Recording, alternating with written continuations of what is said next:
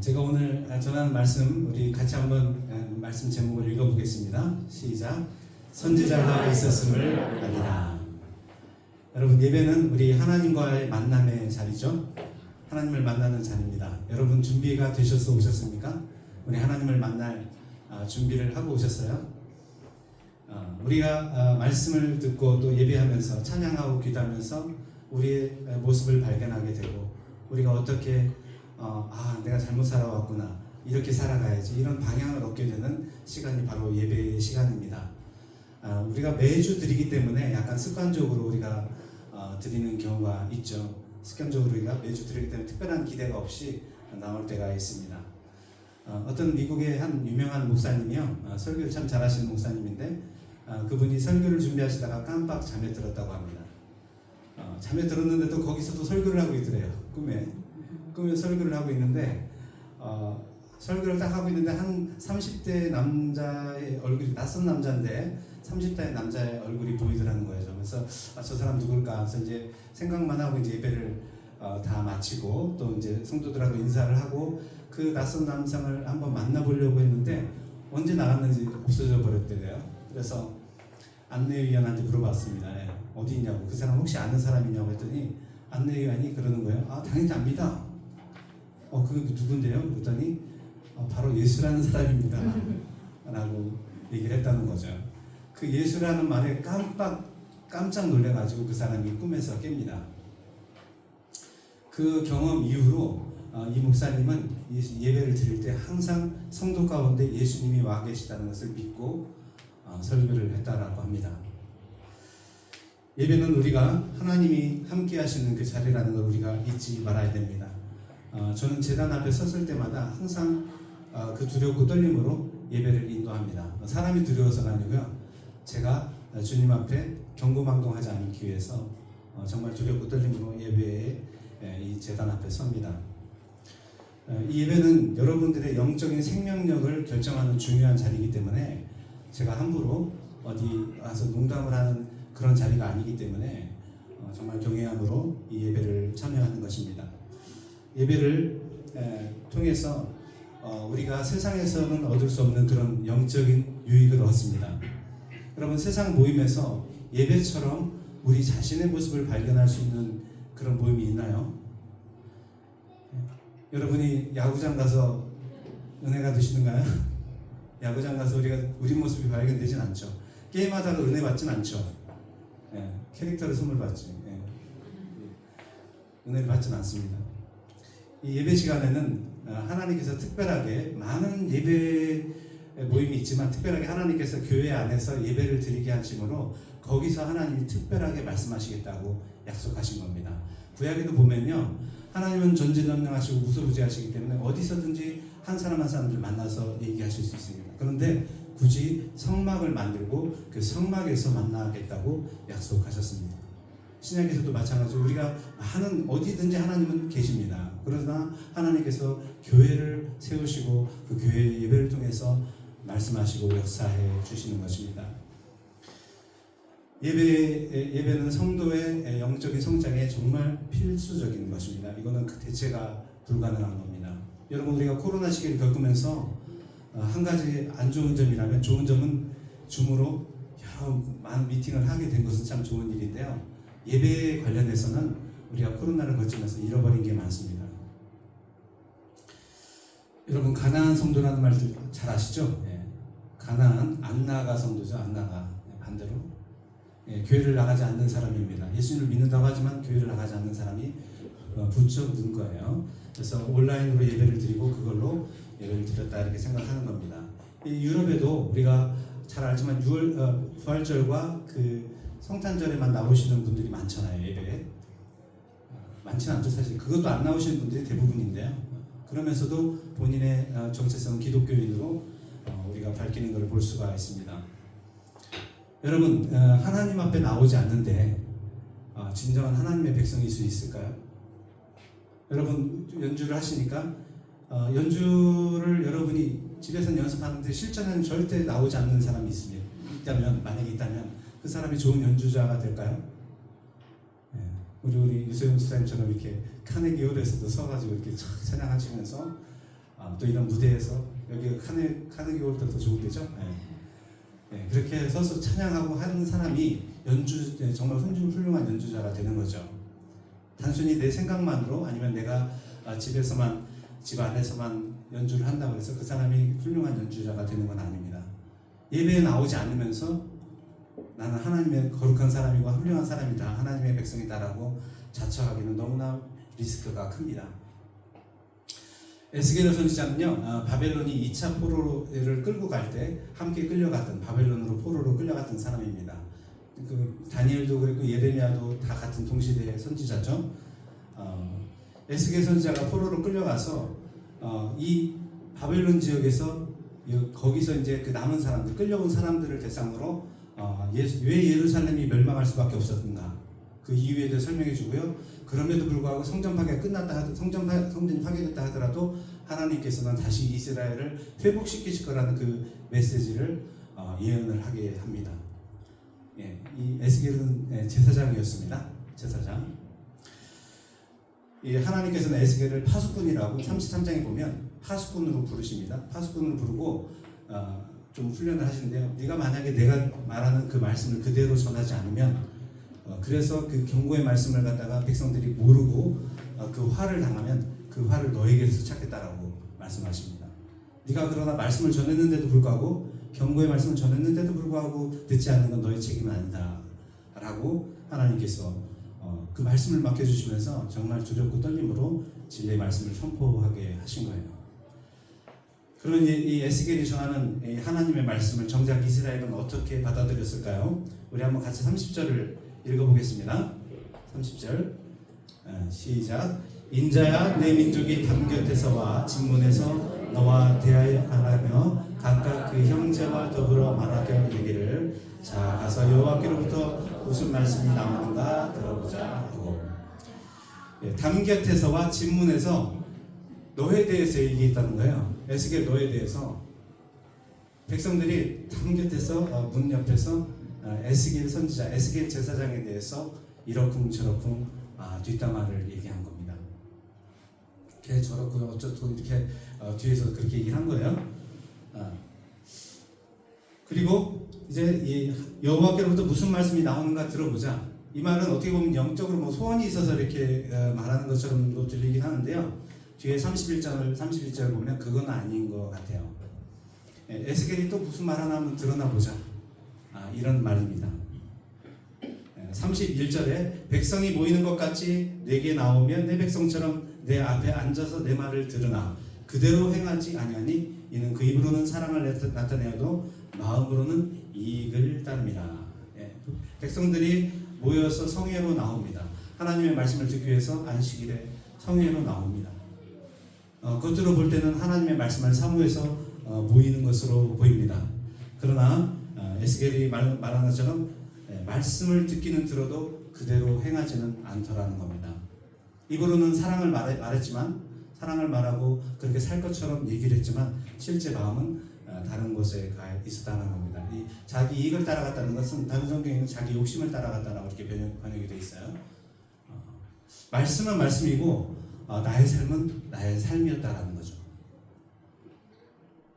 여러분, 내 생각과 말씀이 충돌될 때, 내가 예배 중에 또 설교 중에 어떤 내가 말씀을 읽는 중에 내 말씀과 그 말씀과 나의 생각이 충돌될 때 여러분 어떻게 하세요? 한쪽에 딱 덮어두고 넘어가시나요? 하나님의 뜻과 내 뜻이 이렇게 부딪힐 때 그때 어떻게 하십니까? 내가 하나님께 맞춰야 될까요? 하나님이 나한테 맞춰줘야 될까요? 당연히 우리가 하나님께 맞춰야 됩니다. 내가 하나님 앞에 회개함으로 내 잘못된 모습을 고치고 나아가야 됩니다. 여러분, 우리가 말씀을 듣는 이유가 뭡니까? 말씀을 왜 들으세요? 말씀대로 살기 위해서 듣는 거잖아요. 저 말씀대로 배워서 우리가 그 말씀대로 살아내기 위해서 우리가 말씀을 듣잖아요. 그렇죠? 여러분이 여기 거울이 많은데요. 거울을 왜 보십니까? 여러분 거울에게 여러분이 거울을 보면 거울이 뭐라고 하나요, 여러분한테? Die schönste Frau ist die schönste Frau ist dich. Du bist die schönste Frau. 이렇게 거울하고 이렇게 할 때. 물론 우리가 우리의 아름다운 모습을 보기 위해서도 보기도 합니다. 거울을. 그렇죠? 네. 하지만 거울을 보는 목적은 내가 뭔가 이렇게 봤을 때 잘못된 게 있다면 고치기 위해서 보는 겁니다. 말씀은 거울이에요. 내가 말씀을 들으면서 내 모습이 발견이 됩니다.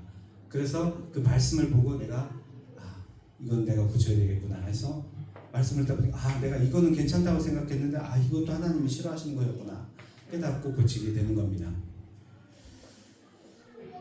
예, 우리가 말로는 예수님을 사랑하고 자기를 부인한다, 자기 십자가를 지고 살 수 있다라고 얘기할 수는 있을 것 같아요. 내가 예수님을 위해서 사는 것처럼 착각할 수도 있습니다.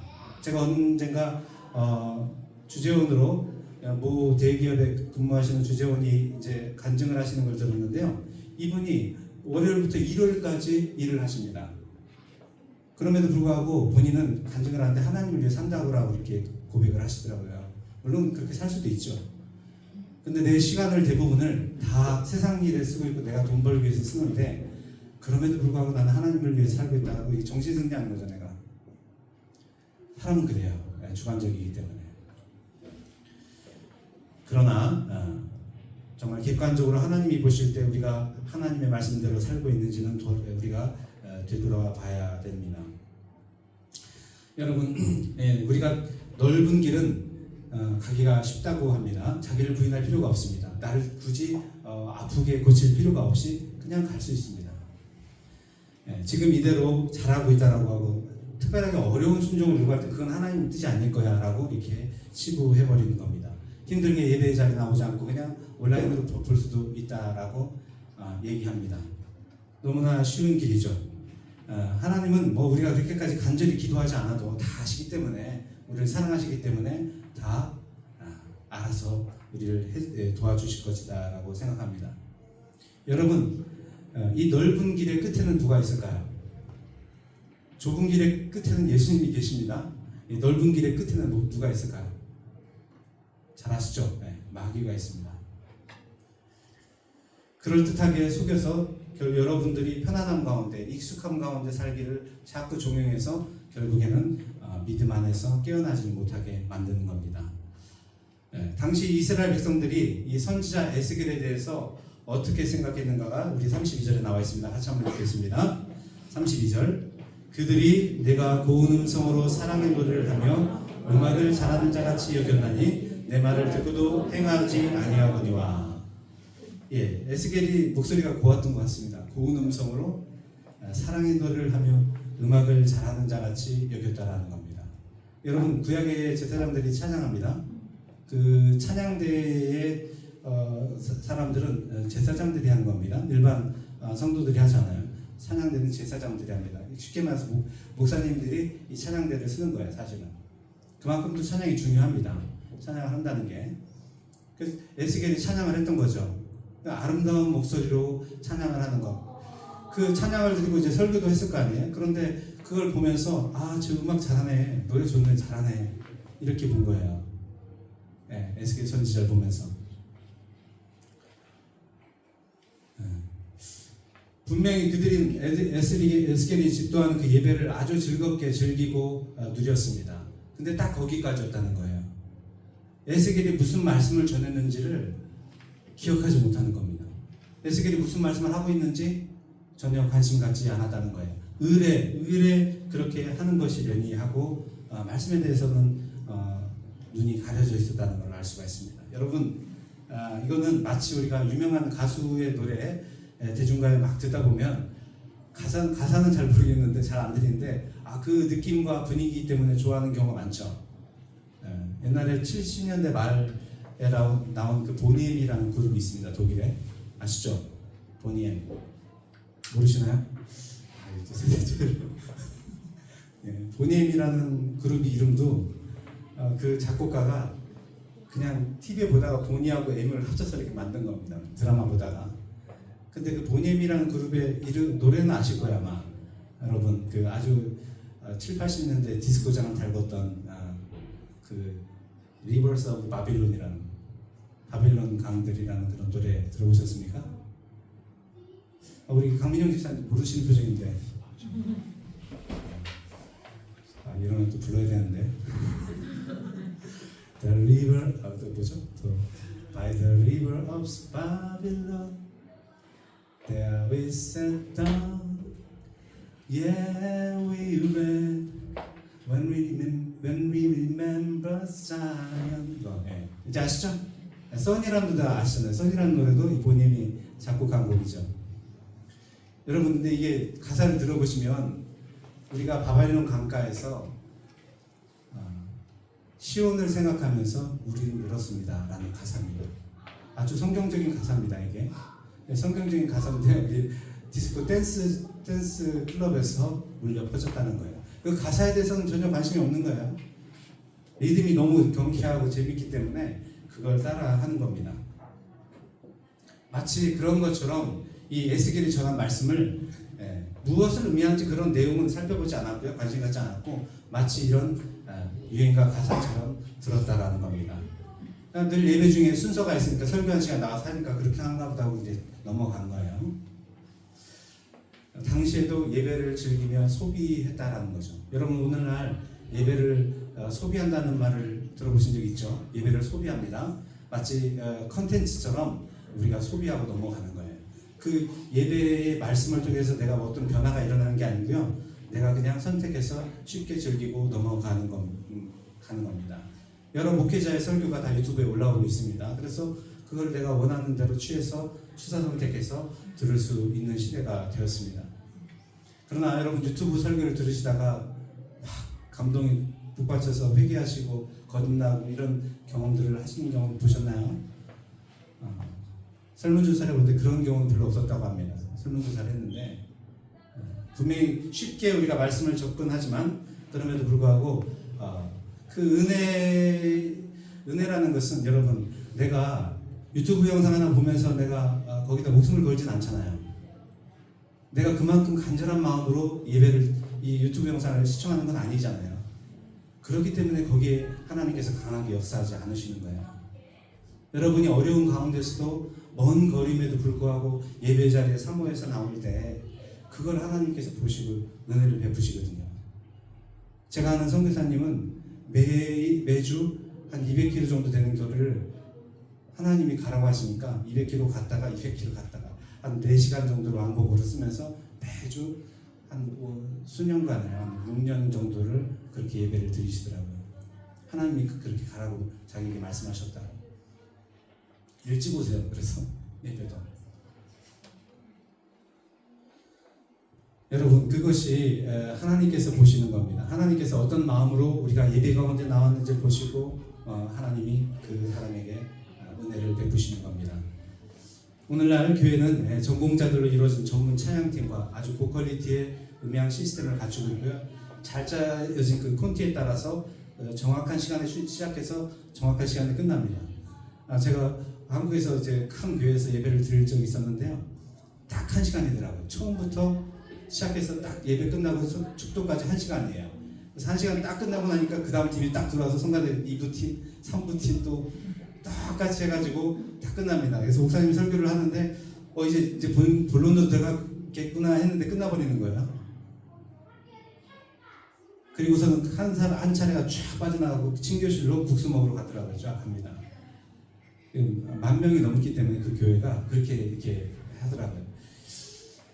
아주 정확하게 시작하고 정확하게 끝나는 건 참 좋은데요. 그 순서는 물 흐르듯이 쫙 잘 가는데요. 문제는 내가 그 말씀에 변화될 시간이 없더라고요. 말씀을 듣고 내가 은혜를 누릴 만한 시간이 없더라고요. 그냥 쑥 흘러가더라고요. 정작 하나님 앞에 발견되거나 하나님을 만남이 없이 만나는 그 감격 없이 예배가 끝나버리는 겁니다. 그래도 괜찮습니다. 분위기가 나쁘지 않았고요. 또 출석 체크했잖아요. 그렇기 때문에 마치 우리가 주일 예배를 드려야지만 이게 밀린 숙제를 했다는 것처럼 한 주를 마무리하듯이 이렇게 숙제했다는 느낌으로 이렇게 참여를 하기 때문에 드렸다는 그냥 그 자체로 만족하는 거예요. 여러분 예배는 살아계신 하나님을 만나는 자리이기 때문에 때로는 내가 정말 기쁠 때도 있고요. 때로는 정말 저의 부족함 때문에 애통해할 때도 있는 것이 당연한 겁니다. 살아계신 하나님을 만나면 그럴 수밖에 없어요. 여러분 한국 기독교의 초기에 사경회라는 걸 들어보셨나요? 사경회. 1890년대 이때입니다. 이때 선교사들이 들어와서 말씀을 가르치고 기도하고 전도하는 그런 모임을 했어요. 그래서 사실 이게 이제 사경회가 되면서 1907년에 한 10몇 년 후죠. 평양 대부흥이 이 사경회의 밑거름이 돼서 일어나게 됩니다. 그래서 평양 대부흥이 일어나면서 전국적으로 회개 운동이 일어나면서 한국이 변화되는 부흥의 역사가 있었던 것들입니다. 그 사경회를 참여하기 위해서 수백 리 길을 한 80km 막 이런 거를 걸어서 왔어요. 그 당시 한국 사람 정말 먹을 것도 없는데 와가지고 그 말씀 공부하겠다고 말씀 공부하고 기도하겠다고 정말 그 간절한 마음으로 참여했던 겁니다. 그때 새벽에 또 기도했던 게 한국교회 새벽기도의 시초가 됩니다. 그때부터 그 새벽에 기도하기 시작한 거예요. 사경회 때 새벽 시간에 기도하던 그것 때문에. 네, 여러분 예배 가운데 가장 은혜 받는 사람 누굴까요? 누가 가장 은혜를 받을까요? 네, 가장 간절한 사람이 은혜를 받습니다. 교회 누가 가장 일찍 올까요? 네, 황복현 형제님. 네, 맡아서도 있지만 정말 갈급한 사람이 교회에 일찍 오게 됩니다. 배가 부를수록요 천천히 옵니다. 사람이라는 게 급할수록 빨리 오게 돼 있어요. 누가 가장 밥을 맛있게 먹을까요? 배고픈 사람이 가장 맛있습니다. 시장의 반찬이라고 배고픈 사람이 가장 맛있게 먹습니다. 간절함 때문에 하나님께서 한국교회를 불쌍히 여기시고 정말 못 벌고 못 먹는 시절을 지나면서도 하나님께서 그 간절한 기도를 들으시고 한국 백성을 높이셨습니다. 유래 이래 한국이 이렇게 힘 있는 나라가 된 적이 없었잖아요. 우리나라가 세워진 이래로. 여러분 북한의 지하교회 교인 수가 한 20만에서 한 25만 정도 된다고 추정합니다. 보면은 이 탈북한 사람들의 영상 간증을 보면 그 수용소에 가서도 그러니까 예수님 믿다가 수용소 간 사람들이 수용소에서 전도를 한대요. 같은 이제 북한 사람들한테 전도를 해서 나중에 이제 이 사람이 믿게 돼서 또 간증을 하게 되는 그런 걸 보면 지하교회 교인들이 곳곳에 좀 있는 것 같아요. 상당수가. 한 번은 평양 공장에서 이 지하교인들이 기도 모임을 하고 있었어요. 아시다시피 그 북한에서는 말을 하지 않잖아요. 찬송을 할 때도 입만 뻥긋뻥긋합니다. 말씀을 읽을 때도 읽는 것도 뻥긋뻥긋합니다. 말씀 성경책이 어디 있어요? 없죠. 종이 쪽지에다가 성경 쪽 적어가지고 그걸 돌려서 이렇게 읽는 거예요. 그런 상황 가운데서도 이렇게 믿음을 지켜가고 있는 거예요. 근데 어느 날 노동 반장이 들어온 거예요. 노동당 반장이 그 기도문을 하고 있는데 깜짝 놀랐겠죠. 근데 그 어떤 여자분이 재치를 발휘해가지고 지금 노동당 반장 와가지고 당신들 뭐합니까? 이렇게 하니까 우리 지금 자아 비판하고 있습니다. 자아 비판하는 거예요. 얼마나 더 우리 수령님을 위해서 잘할지 스스로 못한 부분을 살펴보고 있는 거죠. 쉽게 말해 회개기도입니다. 하나님 앞에 회개기도하는 시간인데 그렇게 재치를 발휘해서 얘기를 한 거예요. 그래서 이제 동지도 같이 와서 같이 합시다라고 한 거예요. 근데 와서 이렇게 그 반장에 앉아 있다가 좀 별로 재미없었는지 동무들이나 많이 하시고 하고 간 거예요. 안 그랬으면 그 사람들 잡혔으면 바로 다 수용소로 끌려가는 거죠. 정말 가슴을 쓸어내리는 그런 긴박한 긴장한 가운데 믿음의 삶을 살고 있습니다. 이불을 둘러쓰고 하나님 앞에 조근조근 정말 속으로 얘기하듯이 기도할 수밖에 없는 그 북한. 그 가운데 하나님께서는 정말 애절하게 기도하는 그 기도를 기뻐 받으시고 들으시는 겁니다. 여러분 2023년 한국의 자살 통계율을 보면 얼마인지 아세요? 한국 사람이 2023년에 얼마나 많은 사람이 자살로 죽었는지 아세요? 한번 맞춰보세요. 몇 명이나 죽었을까요? 1000명? 2000명? 맞춰보세요. 14,000명이 죽었답니다. 한 해. 이게 10년, 그러니까 계속 추세가 올라가는데요. 10년 만에 최고치를 기록한 거예요, 다시. 하루에 한 40명이 자살을 하는 거예요.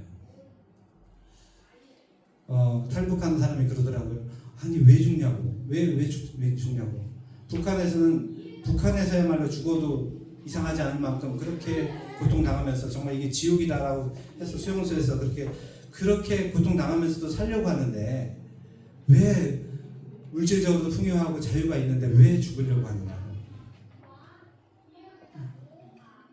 그렇게 믿음을 지키려고 애쓰면서 숨어서 믿음을 지키려고 하는 그런 사람들이 있는데 그 자유가 있고 교회 간다고 뭐라고 하는 사람 뭐 부모님 욕할 수도 있지만 믿지 않으면 그 정도인데 거기에서도 목숨을 끊는 그런 일들이 있다라는 겁니다. 정말 아이러니한 시대 가운데 살고 있습니다. 여러분 한쪽에서는 그 수용소에 끌려가서 신앙을 지키기 위해서 목숨을 걸어야 되는 상황인데요. 한쪽에서는 예배를 하나의 컨텐츠로 소비하고 있다는 겁니다. 여러분 우리 정신 차려야 됩니다. 정신 차려야 되는 거예요. 정말 우리가. 여러분 통일이 안 되는 이유가 나만의 믿는 사람들 때문에 그럴 수도 있습니다. 왜 통일이 안 되겠어요? 북한에 있는 순수한 그리스도인들 타락할까봐 우리 남한 성도들 때문에.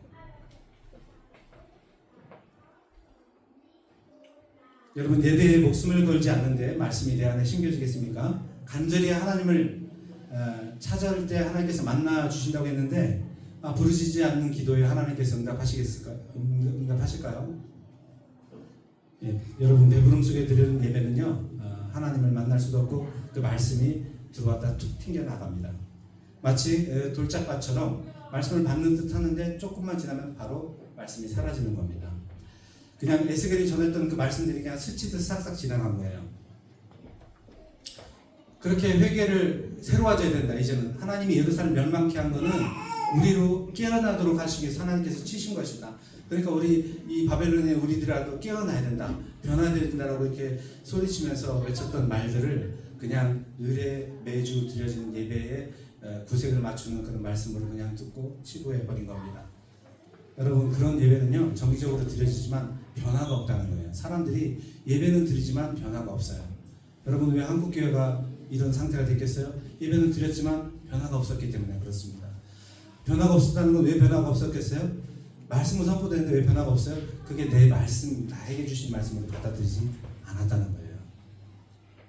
오늘 선포되는 말씀이 여러분의 말씀, 여러분을 위한 말씀이라고 생각하시느냐는 거죠. 네. 여러분 사실 그 사람들은 속으로는 다 다른 생각을 하고 있었다는 겁니다. 말씀을 듣고도 행하지 않고 다른 방향으로 갔다는 겁니다. 그러면 그 선포된 말씀들은 어떻게 됐을까요? 매주 선포됐던 그 말씀들은 어떻게 됐을까요? 그 말씀들은 계속해서 하나님께서 선지자 통해서 선포를 해오셨는데 나중에 다 이루어지게 하셨다는 거예요.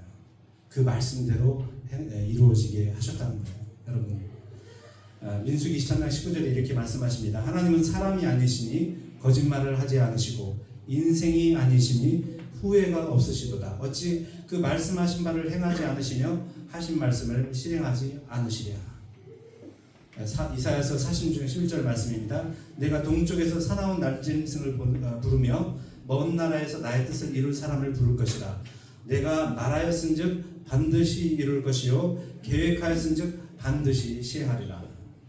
여러분 하나님은 말씀하신 것 그대로 선포된 말씀, 선지자를 통해서 목회자를 통해서 선포된 말씀이 그대로 이루어지게 하신다라는 겁니다. 하나님이 말씀이 응하게 될 때 여러분 우리가 깨닫게 되는 한 가지 사실이 있습니다. 우리 33절 한번 같이 읽겠습니다. 33절 시작. 그 말이 응하리니 응할 때에는 그들이 한 선지자가 자기 가운데 있었음을 알리라. 예. 말씀이 이루어질 때, 말씀이 응할 때 그들 가운데 한 선지자가 있었다는 것을 깨닫게 된다는 거예요, 여러분. 그 선지자가 그때 에스겔 선지자가 했던 말이 그대로 이루어졌구나를 보게 되는 거예요. 그 사람이 하나님의 사람이었구나, 하나님의 선지자였구나. 그때서 깨닫는 거예요. 여러분 노아가 여러분 홍수가 올 테니까 빨리 이 배 타세요라고 그렇게 외쳤던 것들이 물에 빠져가지고 허우적될 때 깨닫게 된 거예요. 그때 그 노아가 얘기했던 게 정말 진실이었구나. 그때서 깨닫는 거예요. 예수님이 곧 오실 거라고 회개하라고 불신주 예수천국 소리 지르던 그 전철의 그 아저씨, 나중에 예수님이 오고 나서 그게 정말 생명이었구나. 그때 그거를 내가 나의 생명을 위해서 들어야 됐던 그런 기회였구나를 그때 가서 깨닫게 된다는 겁니다. 죄를 즐기지 말라고 하나님만 섬기라고 했던 그 외침들이 나중에 내가 죄에 넘어지고 사탄에게 속아서 낭패를 본 이후에 그때 그 말이 나에게 생명이었구나를 깨닫게 된다는 겁니다. 여러분들 전도했던 그 친구들의 외침, 어떻게든지 전도하려고 괴롭히듯이 여러분을 전도했던 그 친구의 외침, 나중에 천국 갔을 때 너무 감사하지 않아요? 그 친구가 없었으면 나는 예수 믿지 못했을 텐데 너무나 감사하게 되는 거죠. 성경 공부로 초청을 계속 받고 예배에 나와라, 성경 공부 나와라 이 초청을 받았는데 나중에 지나고 보니까는 나이가 들었어요. 이제 그런 분들 많아요. 나중에 들어와서 내가 정말 조금이라도 젊었을 때 예수 믿었으면 예수님을 위해서 뭔가 했을 텐데 이런 후회를 하는 경우가 많습니다. 여러분처럼 젊었을 때 예수님을 믿고 예배 자리에 있고 또 성경을 공부한다는 것 자체는 너무나 복된 겁니다. 저도 대학교 때 예수님을 믿었어요. 여러분이 대학교 물론 이제 그 중간에 잘못 살기도 했지만 그래도 예수님을 믿고 거기서 살려고 노력하고 넘어지기도 하고 이런 갈등 가운데도 살았지만 우리가 주님 안에서 살 수 있었다는 건 너무나 큰 복입니다. 여러분도 청년의 때에 주를 부르고 열심히 찾고 주님을 붙고 주님의 말씀을 붙들고 나중에 후회하지 않으신 여러분 되시기 바랍니다. 여러분들은 하나님이 택하신 백성들입니다. 하나님이 주시는 말씀들이 여러분 안에 깊이 새겨지기를 주님으로 축복합니다. 하나님의 선지자는요, 하나님의 뜻을 계시하는 사람입니다. 하나님의 뜻을 전하는 사람이에요. 미안하지만 여러분의 그 요구를 들어주는 사람은 아니에요. 하나님이 파수꾼으로 세우시고 하나님의 말씀을 전하게 하십니다. 세상 살아가는 이야기를 하는 사람이 아니죠. 여러분 오늘날은 인문학이 많이 발달하면서요, 하나님의 말씀이 아닌 다른 것들이 너무나 많이 돌아다닙니다. 사실은 교회 안에서도 그래요. 그러나 우리 목회자는 하나님의 선지자들은 그런 세상 돌아가는 이야기를 하는 사람들이 아닙니다. 우리가 하나님의 뜻을 여러분에게 계시하는 게 바로 선지자고 목회자입니다. 하나님께서 여러분에게 말씀하시는 이유는 여러분이 그 말씀을 듣고 생명을 얻기를 원하시기 때문에 그렇습니다. 망하지 않고 살기를 원하시기 때문에 말씀을 전하시는 겁니다. 여러분, 하나님 말씀보다 중요한 게 뭐가 있어요? 여러분 한번 말씀해 보세요. 하나님 말씀보다 중요한 게 뭐가 있습니까, 여러분? 여러분이 하나님을 믿고 사는데요, 여러 가지 일도 하고 다 해야 되지만 하나님의 말씀보다 중요한 게 뭐가 있어요? 예수님도 그러잖아요. 떡보다 말씀이 더 중요하다고. 여러분 말씀을 사모하시기 바랍니다. 말씀이 나중에 이루어지고 나중에 깨닫지 마시고요. 지금 오늘 나에게 주시는 주의 종들을 통해서 주시는 그 말씀에 여러분을 받으시고 그 말씀에 뿌리 내리시고 성장하신 여러분 되시기 바랍니다. 여러분, 지혜로운 사람은 나중에 가서 깨닫는 사람 아니죠? 지혜인 사람은 미리 깨닫는 사람입니다. 경험해봐야지만 아는 사람은 미련한 사람이죠. 경험하지 않았는데도 아는 사람이 지혜로운 사람입니다. 하나님은 미리 우리가 주님이 오실 날을 준비하기를 원하십니다. 여러분, 하나님께서는요, 여러분을 택하실 때 여러분 이미 하나님의 사람으로서 굳건하게 세우시고자 의지를 분명히 표현하신 겁니다. 이제 여러분의 의지만 필요해요. 여러분이 하나님 나에게 주시는 그 말씀, 내가 하나님 나의 말씀으로 받겠습니다 하고 결단하고 하나님 앞에 순종하면 하나님께서는 여러분을 하늘나라까지 흔들림 없이 영원한 기업을 위해서 인도하실 줄 믿습니다. 우리 함께 기도하겠습니다. 하나님 아버지 감사합니다. 하나님, 주님께서 이 땅 가운데 많이 드려지는 그 예배 가운데 그 말씀이 선포되지만 하나님, 그 가운데 우리는 여러 가지 다른 생각들과 어려운 범민들 때문에 우리 주님의 말씀에 집중하지 못하고 또 주님의 말씀을 나를 위한 말씀으로 받지 못할 때가 많은 것을 고백합니다. 하나님, 오늘도 선포되는 그 말씀이 하나님 주님께서 그 말씀 가운데로 돌아오라는 그 초청이 나를 위한 초청이라는 것을 이 시간 받아들이기를 원합니다. 하나님 붙들기를 원합니다. 하나님 우리 성도님들을 축복하여 주시고 한 말씀 한 말씀 매주 드려진 예배 가운데서 하나님 그 한 말씀을 내가 붙들게 하시고 그 한 말씀 때문에 내가 변화되는 인생 살게 하여 주시옵소서. 하나님이 나를 붙드시고 인도하시는 것을 나의 삶으로 나타나게 하여 주시옵소서. 하나님 내가 예배를 콘텐츠처럼 소비하고 그냥 출석 체크하는 대로 이용하지 않기 원합니다. 하나님 내가 정말 생명의 말씀을 내 안에 새기길 원합니다. 붙들길 원합니다. 하나님 나를 변화시켜 주시고 나를 새롭게 하여 주시는 그 말씀을 아버지 하나님 끝까지 우리가 믿음의 길을 갈 동안 붙들게 도와주시고 우리 주님께서 우리와 함께 하시는 그 은혜가 우리 짠찌부터 한인교회 성도님들 위해 함께 하시기를 주님의 이름으로 축원합니다. 아멘. 네, 같이 일어나셔서 결단 찬양 드리시겠습니다.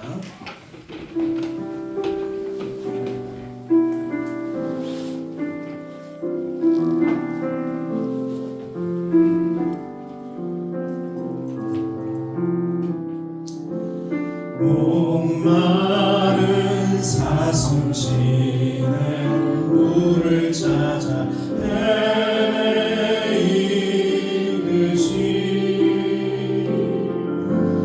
내 영혼 주를 찾기에 갈급하나이다.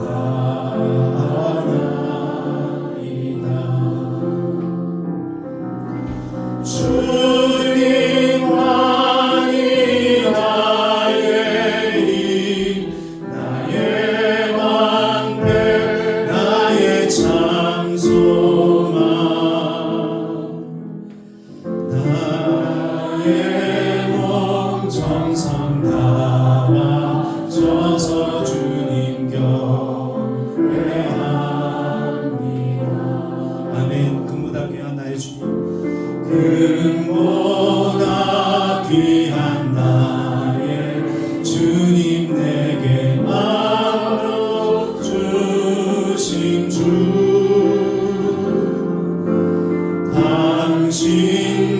당신만이 나의 기쁨 또한 나의 자보네. 아멘. 주님만이 나의 힘, 나의 방패, 나의 장소망, 나의 몸 정성 다 바쳐서 주님 경배합니다. 주님만이 나의 힘, 주님만이 나의 힘, 나의 방패, 나의 장소망, 나의 몸 정성 다 바쳐서 주님